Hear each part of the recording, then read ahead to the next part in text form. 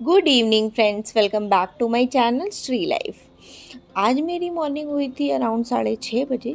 6:30 बजे उठकर मैंने सिर्फ ब्रेकफास्ट प्रिपेयर किया शिवा का, और हस्बैंड के लंच की कुछ कुछ प्रिपरेशन करी, शिवा को रेडी करा और उसको स्कूल भेज दिया।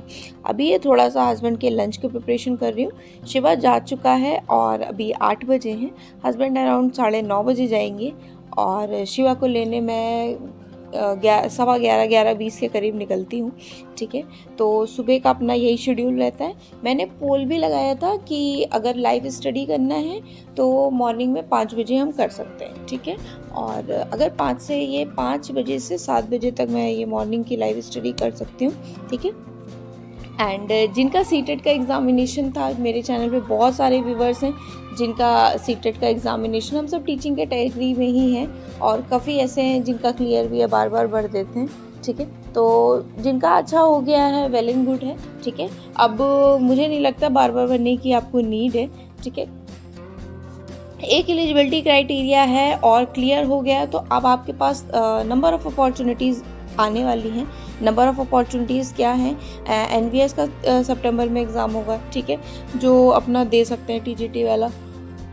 और अगर बात करें तो केवीएस के सुनने में आ रहा है न्यू रिक्रूटमेंट होगा जिसमें पीआरटी 1400-1500 पोस्ट होगी और टीजीटी की भी आएंगी। ठीक है, केवीएस में, और डीएसएसबी की तो चल ही रही थी टीजीटी और पीजीटी वाली, पीआरटी का भी आया नहीं है। ठीक, बात करें अगर यूपी की तो देखिए यूपी का तो किसी को कुछ नहीं पता, आपको भी नहीं पता, मुझे भी नहीं पता। ठीक, ये रही टीचिंग कैटेगरी की बात कि इतनी ये अपॉर्चुनिटीज़ हैं। कोई ना कोई एग्ज़ाम डीएसएसबी और केवीएस में से कोई ना कोई एग्ज़ाम तो आपको देखने को मिल जाएगा, पीआरटी भी और टीजीटी डीएसएसबी हो जाएगा और केवीएस भी। ठीक है, नाउ जिनका एग्ज़ाम नहीं हुआ है सीटेट का तो उनको मैं यही बोलूँगी कि आप अभी से अगर प्रिपरेशन करेंगे, किसकी, सीटेट के साथ साथ कोई अनदर एग्ज़ाम को, कोई बड़े एग्ज़ाम को भी टारगेट करते कि हाँ मेरे को ये केवीएस निकालना है, मेरे को ये डीएसएसबी की प्रिपरेशन, तो उस हिसाब से कर लीजिए। सीटेट एक बेसिक एलिजिबिलिटी क्राइटेरिया है। ठीक है, तो किसी मेन एग्ज़ाम के साथ आप उसे टारगेट कर सकते हैं। ठीक है,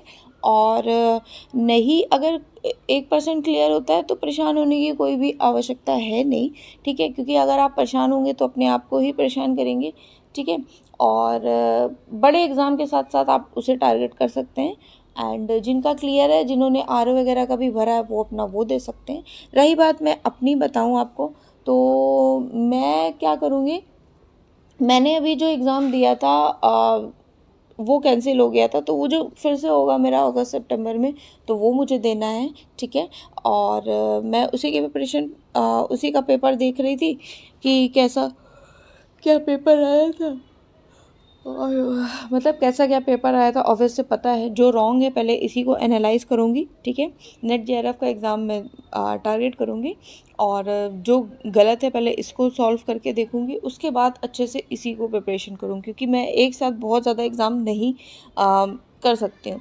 और रही बात, मेरी डीएसएसबी की भी प्रिपरेशन चल रही थी। डीएसएसबी पीआरटी है, डीएस और केवीएस पीआरटी है। ठीक है, तो ये मुझे अब सिर्फ रिवाइज करना है। और रही बात इसकी डीएसएसबी की, तो इसमें भी मैं देखती हूँ बाद में पढ़ूंगी, क्योंकि अभी नोटिफिकेशन तो आया नहीं है पीआरटी का और केवीएस का भी पता नहीं है। ये एग्ज़ाम पता है कि हाँ डेफिनेटली हो जाएगा, तो इसकी ही प्रिपरेशन करूँगी और अपने आप में बहुत बड़ा सिलेबस है और इसी हिसाब से चीज़ों को ले गए चलेंगे।